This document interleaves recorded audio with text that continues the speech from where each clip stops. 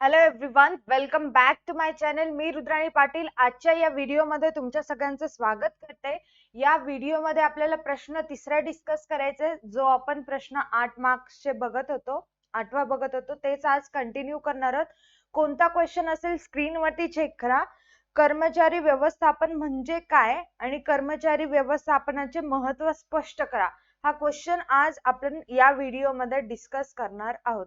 I hope तुम्हाला नियोजन आणि संघटन हे दोन्ही व्हिडिओ चांगल्या पद्धतीने पाहिला असेल आणि तुम्हाला समजलं सुद्धा असेल. ओके, आता नीट लक्ष द्या. नियोजनामध्ये आपण व्यवसायासाठी उद्दिष्ट निर्धारित करतो. त्याच्यानंतर संघटन या कार्यामध्ये ते उद्दिष्ट साध्य करण्यासाठी सामानाची जी साधन सामग्री असते, अधिकार जबाबदारी असतात, त्या सगळ्यांची जुळवाजुळव करत असतो. आता कर्मचारी व्यवस्थापनामध्ये काय करतो, तर यामध्ये आपण जे मनुष्यबळ असतं त्याला आपण कर्मचारी, अधिकारी, उच्च स्तर असू दे, मध्यम स्तर असू दे, कनिष्ठ स्तर असू दे, या तिन्ही स्तरावरती आपल्याला मनुष्यबळ हवं असतं. त्या मनुष्यबळाची जुळवाजुळव आपण करत असतो. जुळवाजुळव म्हणजेच काय, भरती करत असतो, निवड करत असतो, प्रमोशन देत असतो, प्रशिक्षण देत असतो, त्याच्यानंतर कधी कधी बोनस देत असतो, मोबदला देत असतो.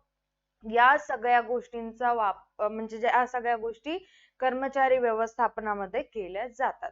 आता या सगळ्या गोष्टी कधी करायची गरज पडते हे सुद्धा माहिती असणं गरजेचं आहे. म्हणजेच ज्या वेळेस आपल्या व्यवसायामध्ये रिक्त जागा निर्माण होते, रिक्त पदे उपलब्ध होतात. म्हणजेच कधी होतात, एखाद्या व्यक्तीचा मृत्यू झाला असेल, अचानक ऍक्सिडेंट झाला असेल, किंवा एखाद्याने राजीनामा दिला असेल, किंवा एखादा काय म्हणतो आपण, त्याचा काम करण्याचा कालावधी संपला असेल, तो रिटायर होणार असेल, किंवा एखाद्याची तब्येत ठीक नाही आणि तो पूर्णपणे व्यवसाय सोडून देत असेल, अशा परिस्थितीमध्ये आपल्याला कर्मचाऱ्यांची आवश्यकता असते, किंवा जे अधिकारी हवे असतात त्यांची आवश्यकता असते. मग त्या अधिकाऱ्यासंबंधित, कर्मचाऱ्यांसंबंधित भरती, निवड, प्रशिक्षण इत्यादी गोष्टी कर्मचारी व्यवस्थापनामध्ये येतात. आय होप तुम्हाला समजलं असेल थोडक्यात. आता पुढे एक्झामला कशा पद्धतीने लिहायचं, तुम्हाला स्टार्टिंगला डायरेक्टली प्रस्तावना लिहायचं, क्वेश्चन लिहायची कोणतीच गरज नाही. क्वेश्चनचे नंबर योग्य पद्धतीने टाकलं पाहिजे. जे अॅक्युरेट क्वेश्चन पेपर मध्ये नंबर दिलेला आहे तेच नंबर आन्सर शीट मध्ये टाकून एरो बाण करून उत्तर लिहायला चालू करायचंय. पहा, पहिलं प्रस्तावना, काय प्रस्तावना दिले नीट पहा. कोणत्याही संघटनेच्या व्यवस्थापनात मनुष्यबळ हा एक महत्वाचा घटक आहे. तुम्ही नियोजन करा, संघटन करा, निर्देशन करा, नियंत्रण करा, त्यासाठी मनुष्यबळ लागणारच आहे, व्यक्ती लागणारच आहे. इतर सगळ्या गोष्टींना तुम्हाला आदेश सूचना द्यायची गरज नाही, पण मनुष्यबळाला खास करून सगळ्या गोष्टी सांगाव्या लागतात. काम करीत असताना काय म्हटलेलं आहे, काम करीत असताना इतर कर्मचाऱ्यांशी हितसंबंध टिकवणे हे एक आव्हानात्मक कार्य आहे.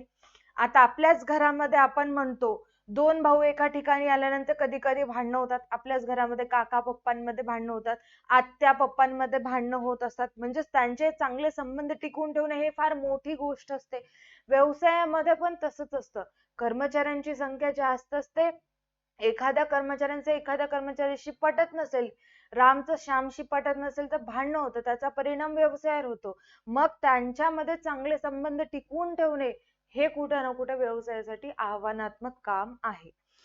पुढे काय म्हटलेलं आहे, कर्मचारी व्यवस्थापन या प्रक्रियेत संघटनेत निर्माण केलेल्या विविध पदावर माणसे नेमणे. येस, मी म्हंटल उच्च स्तर, मध्यम स्तर आणि कनिष्ठ स्तर, या तिन्ही स्तरावरती आपल्याला मनुष्यबळाची आवश्यकता असते. त्यासाठी आपल्याला मनुष्यबळ नेमवावं लागतं, आणावं लागतं. त्या जागा सदैव योग्य व्यक्तीने भरलेली ठेवणे या बाबींचा समावेश होता. आता कर्मचारी व्यवस्थापनामध्ये प्रत्येक विभागामध्ये, प्रत्येक स्तरावरती चांगले मनुष्यबळ असणे, म्हणजेच माणसांची नेमणूक करणे, कर्मचारी अधिकाऱ्यांची नेमणूक करणे, आणि ते कर्मचारी योग्य नेमणे अति आवश्यक आहे. पात्रधारक व्यक्ती, पात्रता असणारे, त्यांच्याकडे कौशल्य असणारे या व्यक्तींची नेमणूक करणे अतिशय आवश्यक आहे. त्यांच्याकडे गुण सुद्धा असावे लागतात. आता काय कसं काय नाही, मी ते तुम्हाला थोडं थोडं पुढे पुढे एक्सप्लेन करतच जाते. बघा, कर्मचारी व्यवस्थापन हे मानवी साधनांशी निगडित आहे, म्हणजेच मनुष्यबळाशी संबंधित आहे. हा एक उत्पादन प्रक्रियेतील महत्वाचा घटक आहे. उत्पादन प्रक्रियेतील सगळ्यात महत्वाचा घटक मनुष्यबळ आहे. मनुष्यबळ असेल तरच कामं होत असतात. पण आता थोडस जग बदलत आहे. मनुष्यबळाऐवजी सगळे जास्त कामं तर मशीन वगैरे याच्यावरती चालत आहे. पण कुठे ना कुठे व्यवसायासाठी मनुष्यबळ आवश्यक असतं. हा मूलभूत घटक इतर उत्पादन घटकांना प्रोत्साहित करतो. मनुष्यबळ असेल तरच बाकीचे सगळे कामं चांगल्या पद्धतीने पार पाडले जाऊ शकतात. जसं की कच्चा माल आणण्यासाठी मनुष्य लागतो, वित्तीय विभागामध्ये बजेट तयार करण्यासाठी मनुष्य लागतो. म्हणून कर्मचारी व्यवस्थापन चांगल्या पद्धतीने झाला तर प्रत्येक विभागांमधील काम चांगल्या पद्धतीने होते. विपणन विभागामध्ये सुद्धा मार्केटिंग करण्यासाठी आपल्याला मनुष्यच लागतो. त्याचं डोकं वापरण्यासाठी आपल्याला मनुष्यच लागत असतो. ओके. कोणत्याही संघटनेचे यश हे पूर्णपणे कर्मचारी व्यवस्थापन या व्यवस्थापनाच्या कार्यावर अवलंबून असते.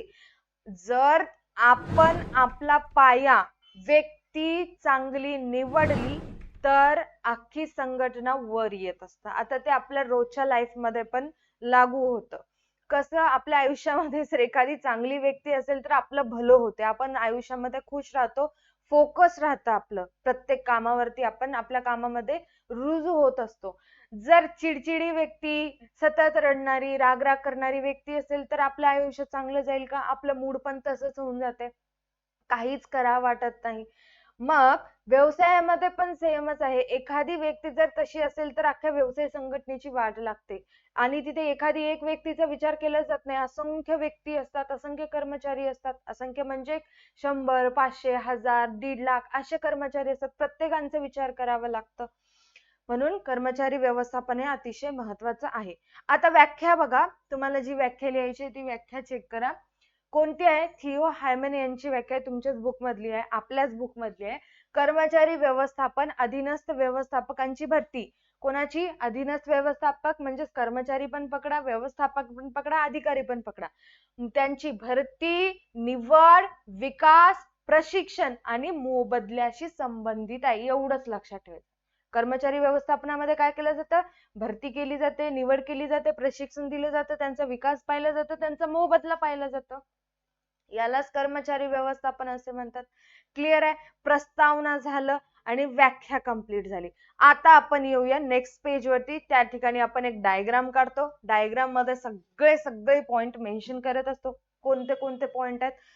प्रभावी व्यवस्थापकीय कार्य, मानवी संसाधनांचा प्रभावी वापर, उपलब्ध संसाधनांचं नाही, आता या ठिकाणी मनुष्यबळ संबंधित बोलतोय, मानवाशी संबंधित आहे म्हणून मानवी संसाधनांचा प्रभावी वापर, सहसंबंध निर्माण होतात, मानवी संसाधनांचा विकास म्हणजेच माणसांचा, कर्मचाऱ्यांचा विकास, तंत्रज्ञानाचा आणि इतर संसाधनांचा प्रभावी वापर, कार्यक्षमता वाढते. आलं बघा पॉइंट डबल, हो की कार्यक्षमता वाढते. हा सुद्धा एक सिमिलर पॉइंट आहे. प्रत्येक तुम्हाला विश्लेषणामध्ये पण तुम्हाला लिहावं लागतं कार्यक्षमता, असं केल्यानंतर कार्यक्षमता वाढते. इथे पॉइंटच नाव कार्यक्षमता वाढते. त्याच्यानंतर दीर्घकालीन परिणाम, आवश्यक योगदान, कामाचे समाधान, सुसंवाद टिकवून ठेवते. असे हे 10 पॉइंट आहेत. तुम्हाला कोणते यातले 8 पाठ केलात तरी किंवा 7 कट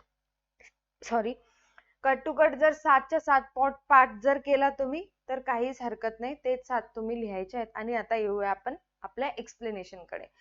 नेक्स्ट पेज वरती आपण लिहिणार आहे कर्मचारी व्यवस्थापन, अंडरलाईन. मग आठवत असेल तर थोडासा अर्थ, नाही आठवला तर सरळ सरळ कर्मचारी व्यवस्थापनाचे महत्व पुढील प्रमाणे. बस मी या ठिकाणी तुम्हाला लिहून दिले.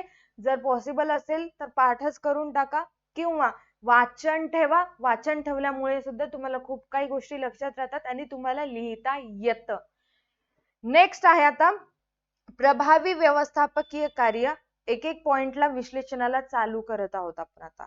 असं समजा, पहा आपल्या बुक मध्ये पहिला पॉइंट काय दिलेला आहे? प्रभावी व्यवस्थापकीय कार्य म्हटलेलं आहे. तर याचं मीनिंग काय होते? आपल्या व्यवसायामध्ये, आपल्या संघटनेमध्ये नियोजन करणारी ही व्यक्तीच असते. हो ना, नियोजन करणारी ही व्यक्तीच असते. संघटन करणारी ही सुद्धा एक व्यक्तीच असते. निर्देशन करणारी ही सुद्धा एक व्यक्तीच असते. नियंत्रण करणारी व्यक्ती, नियंत्रण हे कार्य सुद्धा एक व्यक्तीच पार पाडत असते. म्हणजे ह्या व्यक्तीवरच सगळ्या गोष्टी डिपेंड असतील तर याची निवड चांगल्या पद्धतीने करणं आवश्यक आहे. पात्रधारक व्यक्ती ह्याच्याकडे पुरेपूर शिक्षण असणं, इतर गोष्टीचं नॉलेज असणं, त्याच्याकडे काही गुण असणं ते आवश्यक आहे. याचीच निवड आपण चांगल्या पद्धतीने केलो नाही की ज्या त्याला कोणत्याच गोष्टीचं नॉलेज नाही, काहीच नाही, फक्त त्याचं एज्युकेशन बघलो पण फेक सगळ्या डिग्री काढून ठेवल्या होत्या, आपण ते लक्ष दिलं नाही आणि त्याला आपल्या व्यवसायामध्ये म्हणलं की आता तू बजेट तयार कर, नियोजन कर, बजेट तयार कर, आर्थिक नियोजन कर म्हणलं. मग हा असा आर्थिक नियोजन तयार करून ठेवणार की आपली व्यवसाय संघटना आठवड्याभरातच आपल्याला बंद करावी लागेल. म्हणून कुठलेही कार्य करण्यासाठी जर आपल्याला मनुष्यबळाची आवश्यकता असेल, मानवाची आवश्यकता असेल, कर्मचारी अधिकारी पाहिजे असतील तर त्यांची नेमणूक योग्य पद्धतीने करणं गरजेचं आहे. योग्य कार्यशक्ती व्यवसायामध्ये आणणं आवश्यक आहे. इथे ते चांगले चेक करा. नियोजन, संघटन, निर्देशन आणि नियंत्रण अशी व्यवस्थापनाची इतर कार्य प्रभावीपणे करण्यासाठी कर्मचारी व्यवस्थापन ही गुरुकिल्ली आहे, आवश्यक आहे.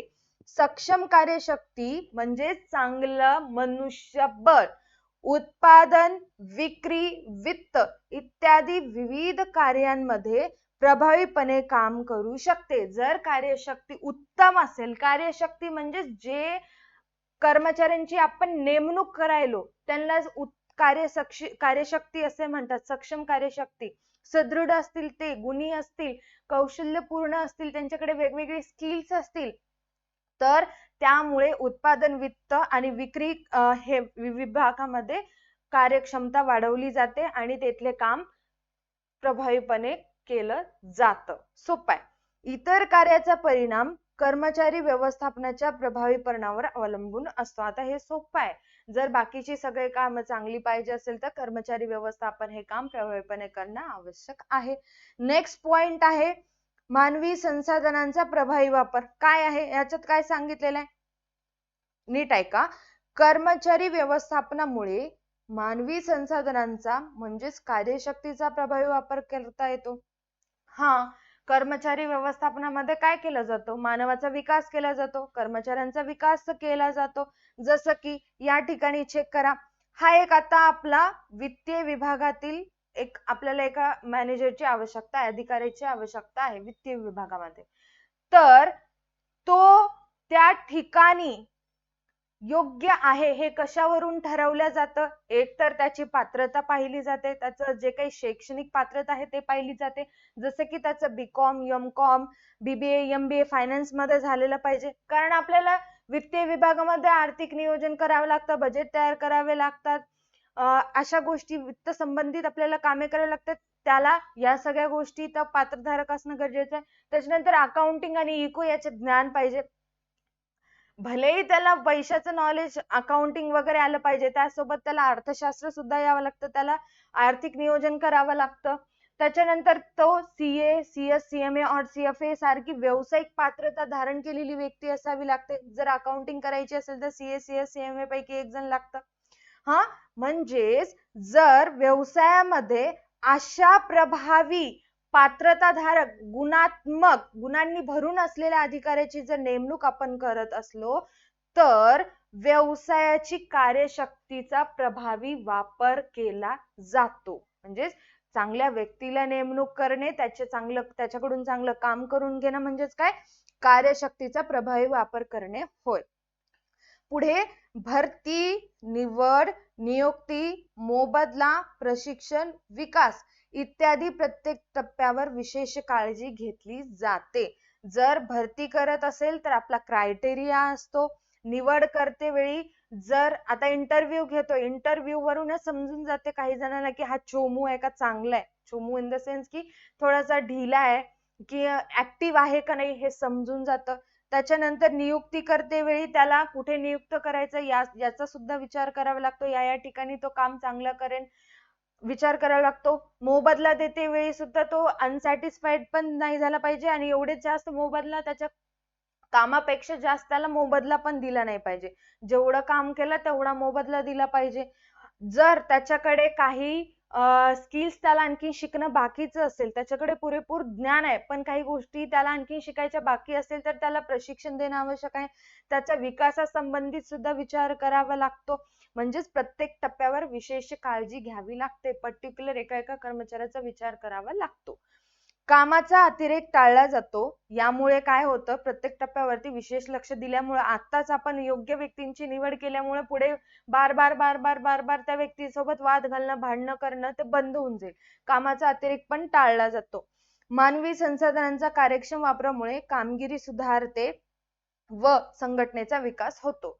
जर मानवी संसाधन म्हणजे जे काही माणसे आपल्या व्यवसायामध्ये आहेत त्यांचा जर आपण प्रभावी वापर करून घेतलो तर कर्मचाऱ्यांची कार्यक्षमता सुधारते आणि संघटनेचा वाढ विकास होत असतो.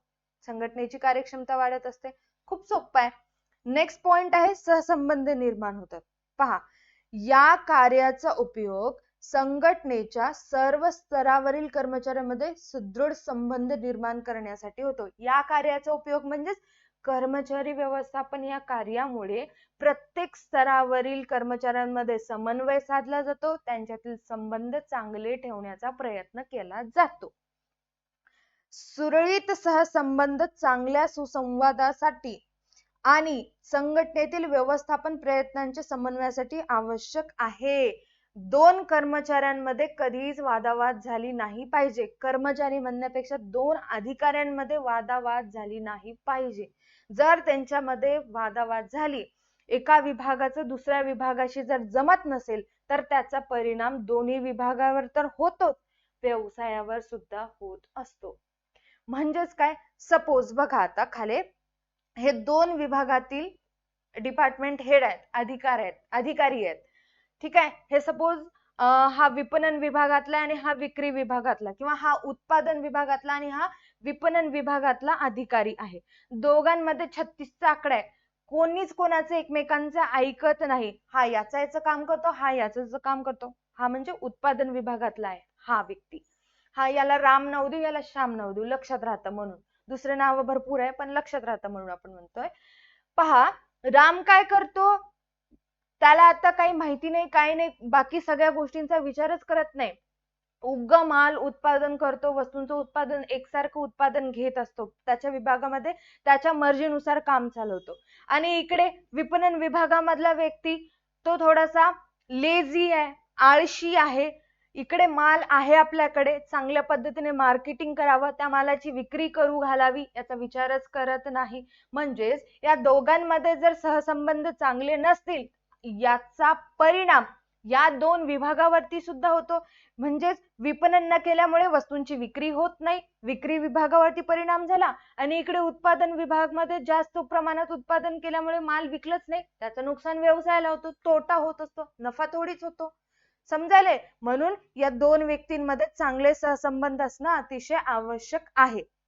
जर प्रत्येकाने मिळून मिसळून एकमेकांचे विचार घेऊन, आता सपोज हे प्रत्येक विभागातील अधिकारी आहेत, हे सगळेजण चांगल्या पद्धतीने डिस्कशन करून, नियोजन करून कोणतं काम कोणी करणं, अधिकार व जबाबदाऱ्या वाटून घेतल्यामुळे यांच्यामध्ये समन्वय स्थापित होत असतं, संघटनेचा विकास होतो व संघटनेला नफा होत असतो.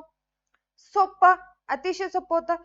त्याच्यानंतर नेक्स्ट वन, मानवी संसाधनांचा विकास. नेक्स्ट पॉइंट कोणता आहे? मानवी संसाधनांचा विकास. कुशल व अनुभवी कर्मचारी ही व्यवसाय संघटनेची मालमत्ता असते. आपल्या घरामध्ये एखादा मुलगा किंवा मुलगी किंवा दोन्ही मुलं हुशार असतील, नातेवाईकांमध्ये फक्त आपल्याच घरात मुलांपेक्षा तुम्हीच पकडा, अख्ख्या खानदानामध्ये तुम्हीच हुशार असाल, तुमच्या मम्मी पप्पासाठी तुम्ही खरी संपत्ती आहात. संपत्ती पैशाच्या दृष्टिकोनातून नाही, गर्व आहात त्यांचं तुम्ही. ठीक आहे, त्यांना अभिमान वाटतो तुमचा. तसंच व्यवसायामध्ये जर कुशल, अनुभवी, चांगले, पात्रधारक गुण असणारे एकदम सदृढ कर्मचारी जर असतील तर ते व्यवसायासाठी फायदेशीर ठरतं. म्हणून ते व्यवसायाची संपत्ती आहे. त्यांचं काम ते 101% देऊन करत असतात, त्याचा फायदा व्यवसायाला होत असतो. संघटनात्मक संस्कृती कर्मचाऱ्यांमध्ये रुजविण्यासाठी कर्मचारी व्यवस्थापनाची मदत होते. आता संघटनात्मक संस्कृती म्हणजेच काय? संघटनेमध्ये जेवढेही कामे असतात ते कामे त्यांना समजून सांगण्यासाठी कर्मचारी मदत करत असतात. कसं? प्रशिक्षणाद्वारे. कुठल्या पण कर्मचारी असू दे किंवा व्यक्ती असू दे, त्याला शिकल्याशिवाय कोणती गोष्ट जमत नाही. भलेही तो किती एक्सपर्ट असेल, थोडं बहुत त्याला तर प्रशिक्षण घ्यावंच लागतं, ट्रेनिंग घ्यावीच लागते. मग त्या सगळ्या ज्या संस्कृती आहेत ते त्याच्यामध्ये येण्यासाठी, रुजविण्यासाठी प्रशिक्षण आवश्यक असतं. ते कर्मचारी व्यवस्थापनामार्फत प्रशिक्षण दिलं पण जातं. हे उपलब्ध कार्यशक्तीला प्रशिक्षित करते, म्हणजेच कर्मचारी व्यवस्थापन त्यांना प्रशिक्षित करते, ट्रेनिंग देत असते आणि विकसित करत असतं, त्यांचा विकास होत असतो. त्याचबरोबर व्यवसाय संघटनेतील सर्व व्यवस्थापकीय कार्य सुलभ होतील हे सुनिश्चित करत असतात. जर त्यांचा विकास होत असेल तर व्यवसाय संघटनेतील प्रत्येक कार्य वेळेवर होत असतं. बघा, एक्झाम्पल घेऊन समजा, सपोज हा एक आपला अधिकारी आहे किंवा कर्मचारी आहे, तो त्याचं व्यवसायामध्ये 99% काम परफेक्ट करत आहे. काय म्हंटल मी? त्याचे एफर्ट्स 99% तो त्याचे एफर्ट व्यवसायामध्ये देत आहे, परफेक्ट काम करत आहेत. फक्त त्याला 1% काम जमत नाही. किती? 1% काम जमत नाही. तर ते 1% काम का जमत नाही याचा विचार करून, योग्य कर्मचारी व्यवस्थापन करून त्याला प्रशिक्षण दिलं जातं. त्याचा 1% चांगला केला जातो. म्हणजेच तो आता त्याचं प्रशिक्षण दिल्यामुळे 100% व्यवसायामध्ये देतो, त्याचा फायदा व्यवसायाला होतो आणि त्याचबरोबर या अधिकाऱ्याची कार्यक्षमता वाढते आणि याचा विकास सुद्धा होत असतं. म्हणून ट्रेनिंग हे अतिशय महत्वाचं आहे. भलेही कोणतं काम जमू दे नाही जमू दे, या व्यक्तीकडून जर प्रभावी वापर करून घ्यायचं असेल, या व्यक्तीकडून जर योग्य काम, प्रभावी वापर, त्याच्याकडे कॅपॅसिटी जेवढी आहे तेवढं काम जर करून घ्यायचं असेल तर त्याला प्रशिक्षण देणं आवश्यक आहे, त्याला सुदृढ बनवणं, त्या लेवलचं बनवणं आवश्यक आहे. समजायला ना? आता खूप बेसिक गोष्ट आहे ही. आपले आई पप्पा किंवा आम्ही सुद्धा असू दे, तुम्हाला जर एखादी गोष्ट जमत नसेल, ते आम्ही तुम्हाला शिकवतो आणि त्याचा फायदा तुम्हाला होतो, तुमच्याच मार्क्स गेन होत असतात. इथं पण सेम तसंच आहे. चला, नेक्स्ट पॉइंट पहा, तंत्रज्ञानाचा आणि इतर संसाधनांचा प्रभावी वापर. आत्ताचा जो एक्झाम्पल बघलो हाच बघा. या कर्मचाऱ्याला आपण एक्सपर्ट बनवलो, जे 1% जमत नव्हतं ते सुद्धा याला जमू लागलं, हा कामामध्ये एक्सपर्ट झाला, आता याचं डोकं फुल चालतंय. मग तो नवीन तंत्रज्ञानाचा वापर करणार. पहा, इथे तेच दिले बघा, नवीन तंत्रज्ञानाचा वापर करणार. एक्सपर्ट आहे ना तो, प्रभावी कर्मचारी आणि प्रशिक्षित आहे, त्याला ट्रेनिंग पण फुल दिलो. नवीन तंत्रज्ञानाचा वापर करणार. भांडवल, साहित्य, कामाची पद्धत यांचा प्रभावी वापर करू शकतो. आपल्याकडे ते वर्कफोर्स आहे, आपल्याकडे ते सगळं उपलब्ध आहे आणि त्या सगळ्यांचा उपयोग करून घेणारे असे अधिकारी, कर्मचारी सुद्धा आपल्याला तयार करावे लागतात. ते कर्मचारी व्यवस्थापनामध्ये केलं जातं. यामुळे काय होतं? संघटनेची स्पर्धा करण्याची ताकद वाढवण्यास मदत होते. स्पर्धा झाल्यानंतर व्यवसायाची वाढच होते. याबरोबरच कामाचा दर्जा, उत्पादकता यामध्ये संख्यात्मक आणि गुणात्मक वाढ करण्यासाठी याचा उपयोग होतो. कशाचा? कर्मचारी व्यवस्थापनाचा. कामाचा दर्जा हा गुणात्मक वाढत असतो. ओके. आणि उत्पादकता हा संख्यात्मक. उत्पादनाची संख्या जर वाढली, प्रोडक्शन वाढलं तर फायदा व्यवसायालाच आहे. आणि कामामध्ये जर क्वालिटी आली, कामाचा दर्जा जर वाढला, गुणात्मक वाढ होऊ लागली तर त्याचा फायदा व्यवसायालाच होणार आहे. म्हणजेच कर्मचारी व्यवस्थापन इतपत महत्वाचं आहे. नेक्स्ट वन आहे, कार्यक्षमता वाढते. पहा, कर्मचाऱ्यांना स्वतःचा विकास करण्यासाठी तसेच संघटनेच्या प्रगतीसाठी प्रशिक्षण व विकास कार्यक्रम उपलब्ध करून दिले जातात. यस, जर 1% काम जमत नसेल ते पण चांगल्या पद्धतीने करून घेण्यासाठी त्याला ट्रेनिंग अँड डेव्हलपमेंट प्रोग्राम त्याच्यासाठी उपलब्ध करून दिले जातं. किंवा हर व्यवसायामध्ये ट्रेनिंग अँड डेव्हलपमेंट प्रोग्राम म्हणजे ट्रेनिंग अँड डेव्हलपमेंट प्रोग्राम चालविलं जातं. कंपल्सरी ते करावंच लागतं. तरच कर्मचाऱ्यांचा विकास होतो, त्यांना नवीन गोष्टी माहिती होतात, नॉलेज मिळत असतं. योग्य निवड प्रक्रिया संघटनेला चांगल्या दर्जाचे कर्मचारी मिळवून देते. यस, आपण ज्यावेळेस स्टार्टिंगला भरती करतो, निवड करतो, त्या निवड प्रक्रिया जर चांगल्या पद्धतीने पार पाडलो, ठीक आहे, जे मंद असणारे कर्मचारी सोडून जे हुशार कर्मचारी आहेत त्यांची निवड केलो. मंद म्हणजेच काय, त्यांना ऍक्टिव्ह करता येतं पण तेवढा वेळ व्यवसायाकडे नसतो, त्याला प्रोडक्शनवर फोकस करायचा आहे, तर व्यवसायावरती फोकस करायचा असतो. म्हणजेच हुशार कर्मचाऱ्यांची निवड त्याने केली तर त्याचा परिणाम वस्तूचा चांगला दर्जा मिळत असतो, व्यवसायाची वाढ होत असते, कार्यक्षमता वाढत असते आणि योग्य प्रशिक्षण कार्यक्रमामधून कर्मचाऱ्यांची कामगिरी सुधारली जाते. कर्मचाऱ्यांना पण लक्षात येतं ट्रेनिंगद्वारे की आपल्याला हे काम आता शिकायचंय, ट्रेनिंग मध्ये आपण हे पाहिलो, आपल्याला हे शिकावंच लागणार आहे, या सगळ्या गोष्टींचा फायदा होत असतो. ओके, नेक्स्ट वन आहे दीर्घकालीन परिणाम. काय सांगते पहा, पात्र, कार्यक्षम व कुशल कर्मचारी ही नेहमीच संस्थेची संपत्ती असते, हे आपल्याला माहिती आहे. कर्मचाऱ्यांची योग्य निवड संघटनेला यशाच्या मार्गाकडे घेऊन जाते. आताच सांगितलं, योग्य कर्मचारी जर निवडलो तर व्यवसाय इथला इथं जातो. जर कर्मचारी निवडण्यामध्ये जर चुकलो, व्यवसाय आधी इथंच आहे तर आणखीन खाली जातो. ओके, साहजिकच याचे संघटनेच्या कार्यक्षमतेवर दीर्घकालीन व सकारात्मक परिणाम झाल्याचे निदर्शनास येतात. आता एक बेसिक गोष्ट आहे, मी तुम्हाला सांगितलं होतं की आता वन सेकंड, हा हे जर आपण ज्यावेळेस निवड करणार आहोत त्यावेळेस आपल्या जे क्रायटेरिया आपण ठरवतो त्या क्रायटेरियामध्ये जर हा अधिकारी जर बसत असेल, त्याची निवड आपण करतो, त्याचा फायदा आपल्याला होतो, नफा वाढतो, व्यवसायाचा विस्तार होतो, म्हणजे संघटनेवर दीर्घकालीन परिणाम दिसून येतात आणि पॉझिटिव्हिटी येत असते, सकारात्मकता वाढत असते. कसं, संघटनेमध्ये पात्रधारक व्यक्तीची आपण नेमणूक केलो, याचा फायदा व्यवसायाला झाला, याच्याकडे पात्रता आहे, त्याच्याकडे त्या अनुभव सुद्धा आहे, त्याच्याकडे त्या वेगवेगळ्या किंवा विविध गोष्टींचं ज्ञान सुद्धा आहे आणि त्याच्याकडे व्यावसायिक पात्रता सुद्धा आहे, याचा फायदा व्यवसायाला होतो, दीर्घकालीन परिणाम व्यवसायाला होत असतात. ओके, नेक्स्ट वन आहे आवश्यक योगदान. हा सुद्धा अतिशय पॉइंट आहे. कर्मचारी व्यवस्थापन कर्मचाऱ्यांच्या विकासातून संघटनेची वाढ व सातत्य सुनिश्चित करते. पहा, कर्मचारी व्यवस्थापनामध्ये काय केलं जातं, कर्मचाऱ्यांचा विकास केला जातो, त्यामधूनच व्यवसायाची वाढ आणि सातत्य निर्माण होतं. संभाव्य कर्मचाऱ्यांची निवड त्यांच्या क्षमतेवर अवलंबून असते. संभाव्य म्हणजे जे कर्मचारी व्यवसायामध्ये येणार आहेत त्यांची निवड हे त्यांच्या क्षमतेवर, कपॅसिटीवर अवलंबून असते. एका कर्मचाऱ्याची कपॅसिटी आहे दिवसातून 200 वस्तूचं उत्पादन घेण्याची, तर असायला पाहिजे, हा आपला क्रायटेरिया आहे. आपण त्याच कर्मचाऱ्यांची निवड आपल्या व्यवसायामध्ये करतो. समजलं ना, त्याच व्यक्तींची निवड आपण आपल्या व्यवसायामध्ये करतो.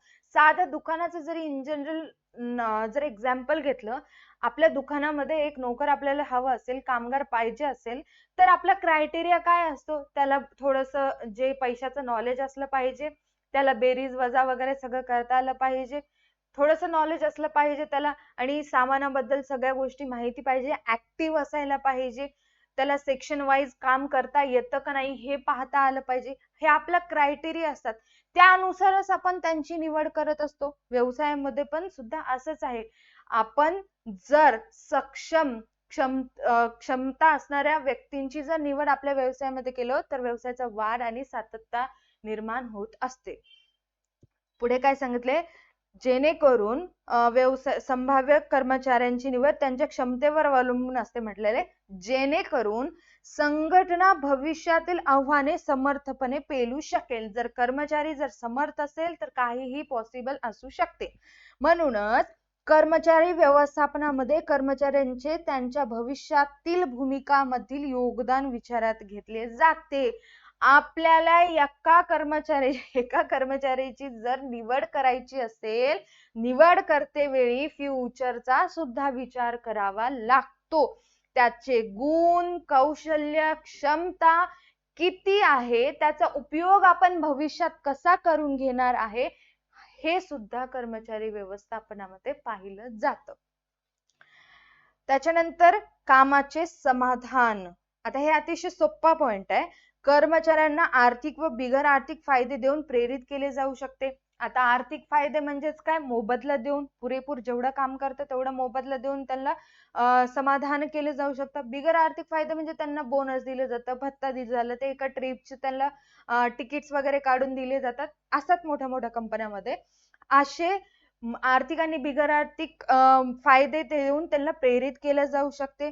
पुरेसा मोबदला कर्मचाऱ्यांचे कार्य समाधान आणि मोबदला वाढवतो. म्हणजेच मी जर दिवसभरामध्ये जेवढं एफर्ट्स टाकून काम करत असेल तेवढी सॅलरी, मी जेवढं एफर्ट्स टाकलं तेवढी सॅलरी जर मला मिळत असेल तर कोणाला चांगलं वाटणार नाही?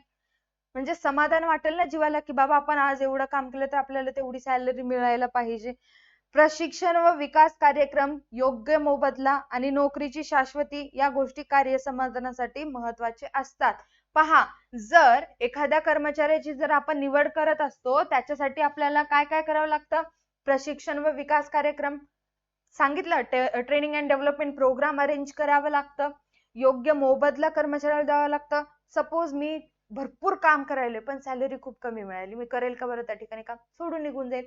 म्हणजे इथे तेच आहे, जेवढं काम केलं तेवढा मोबदला द्यावा लागतं आणि त्यांना नोकरीची शाश्वती सुद्धा द्यावं लागतं. शाश्वती म्हणजे मुलीला द्यावं लागत नाही, खात्री पटवून द्यावी लागते की बेटा तू आता या तू या व्यवसायामध्ये फिक्स आहेस, तू मन लावून काम कर, तुला मोबदला सुद्धा दिला जाईल आणि त्याचा फायदा व्यवसायाला सुद्धा करून घेतला जाईल, व्यवसाय सुद्धा करून घेते चांगल्या कामासाठी. ओके, त्याच्यानंतर नेक्स्ट वन आहे सुसंवाद टिकवून ठेवते.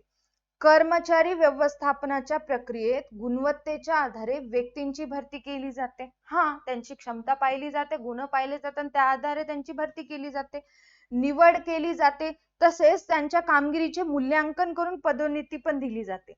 आता प्रत्येकांचं एक काय म्हणतात, नाव आठवत नाही आम्हाला, मी जस्ट सांगते तुम्हाला. प्रत्येकांचं प्रत्येकाला गोल ठरवून दिलं जातं.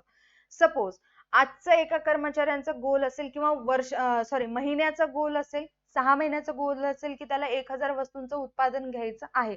हे पर्टिक्युलर एक कर्मचारीला काम नेमून दिलेलं आहे की तुला 6 महिन्यामध्ये 1000 वस्तूंचं उत्पादन घ्यायचं असेल तर तू ते टार्गेट कंप्लीट करण्यासाठी तुला जेवढं जमतं तेवढं एफर्ट्स टाक, जेवढं जमतं तेवढं काम कर. तू ते काम केल्यानंतर तो काम करून झाला, आता त्याचं 6 महिने झाले, 6 महिन्यानंतर त्याने केलेल्या सगळ्या कामाचं मूल्यांकन केलं जातं. मूल्यांकन केलं जातं म्हणजे वस्तूंचं उत्पादन झालं आणि त्याची विक्री होणं पण आवश्यक आहे. कामाची क्वालिटी, दर्जा चेक केलं जातं. 6 महिने काम केलं, 1000 वस्तू कशा पद्धतीने झाले, क्वालिटी, गुण वगैरे चेक केलं जातं ना, दर्जा चेक केला जातो. ते मूल्यांकन केल्यानंतर ते काम पटलं, मग त्याला मिळालं प्रमोशन, पदोन्नती दिली जाते. व्यवसायामध्ये एक कर्मचारी व्यवस्थापनामध्येच येतं, पदोन्नती की दिली जाते, प्रमोशन द्यावं लागतं. जर एफर्ट्स चांगले टाकत असतील, टार्गेट दिलं, ते कंप्लीट केलं तर पदोन्नती होत असते. यासाठी योग्य ते निकष तयार करून ते संबंधित कर्मचाऱ्यांना सांगितले जातात. योग्य ते निकष तयार करून म्हटलेलं आहे, 6 महिने देतं, 6 मंथ मध्ये 1000 वस्तूंचं प्रोडक्शन घेणं हे त्यांच्यासाठी निकष आहे, हे टार्गेट आहे. हे टार्गेट त्यांना अचीव करावं लागतं तर प्रमोशन होतं. टार्गेट अचीव करण्यासाठी सुद्धा क्रायटेरिया असतात की वस्तूचा दर्जा चांगला असला पाहिजे, वस्तूंची विक्री झाली पाहिजे, या सगळ्या गोष्टी असतात. यामुळे संस्थेमध्ये शांतता व सुसंवाद प्रस्थापित होते. टार्गेट दिलं, त्यांचं प्रमोशनसाठी कामाला लागतात. आता प्रमोशन व्हावं या हेतूने मन लावून काम करत असतात. याचा फायदा व्यवसायाला होतो व त्यांना स्वतःला सुद्धा होत असतो. हे होते आपले कर्मचारी व्यवस्थापनाचे महत्व. आय होप तुम्हाला सगळे महत्व चांगल्या पद्धतीने समजले असतील. जर काही डाऊट असेल तर नक्की कमेंट सेक्शन मध्ये कमेंट करून विचारायचं आहे. आणि जर तुम्हाला प्रत्येक पॉइंटचं विश्लेषण हवं असेल तर या व्हिडिओच्या डिस्क्रिप्शन मध्ये 100 रुपीज नोट्स एक्सपर्ट नावाचा मी कोर्सची लिंक देत आहे. त्या लिंक वरती क्लिक करून ऍप डाउनलोड करायचं आहे आणि कोर्स परचेस करून प्रत्येक पॉइंटचं विश्लेषण मिळवायचंय आणि आजच पाठ करून संपलं, कर्मचारी व्यवस्थापनाला बाजूला ठेवून टाकायचं. परत तेच सांगते, सपोज आज एखाद्या क्वेश्चनला घेऊन जर मी व्हिडिओ करत असेल, आजच्या आज पाठ करा, समजून घ्या, वाचन करा, जसं जमेल तसं करा, पण आजच कंप्लीट करून बाजूला ठेवा. बस आता त्याला नंतर बार बार घोकत बसायची गरज नाही. त्याचा फायदा तुम्हालाच पुढे मिळेल. वेळ आपल्याकडे आणखीन आहे, गेलेली नाहीये. अभ्यासाला लागा. आजच्या व्हिडिओसाठी एवढंच. भेटूया तशाच एका न्यू व्हिडिओ मध्ये. Tata bye bye. Take care. Stay connected.